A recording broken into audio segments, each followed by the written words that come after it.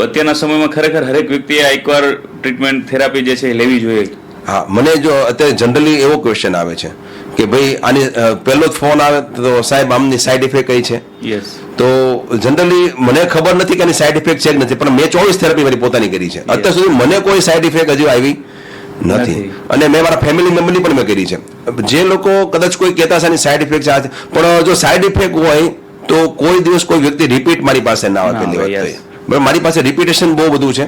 બીજું કે જેટલા બી ગેસ્ટ્રિક પ્રોબ્લેમના કારણે જે લોકો દવાઓ ખાતા હતા અને એના પ્રોબ્લેમ સોલ્વ નતા થતા, એની ઓનલી ફોર કોલોન થેરાપી કરવાથી જ એના પ્રોબ્લેમ સોલ્વ થઈ ગયા છે.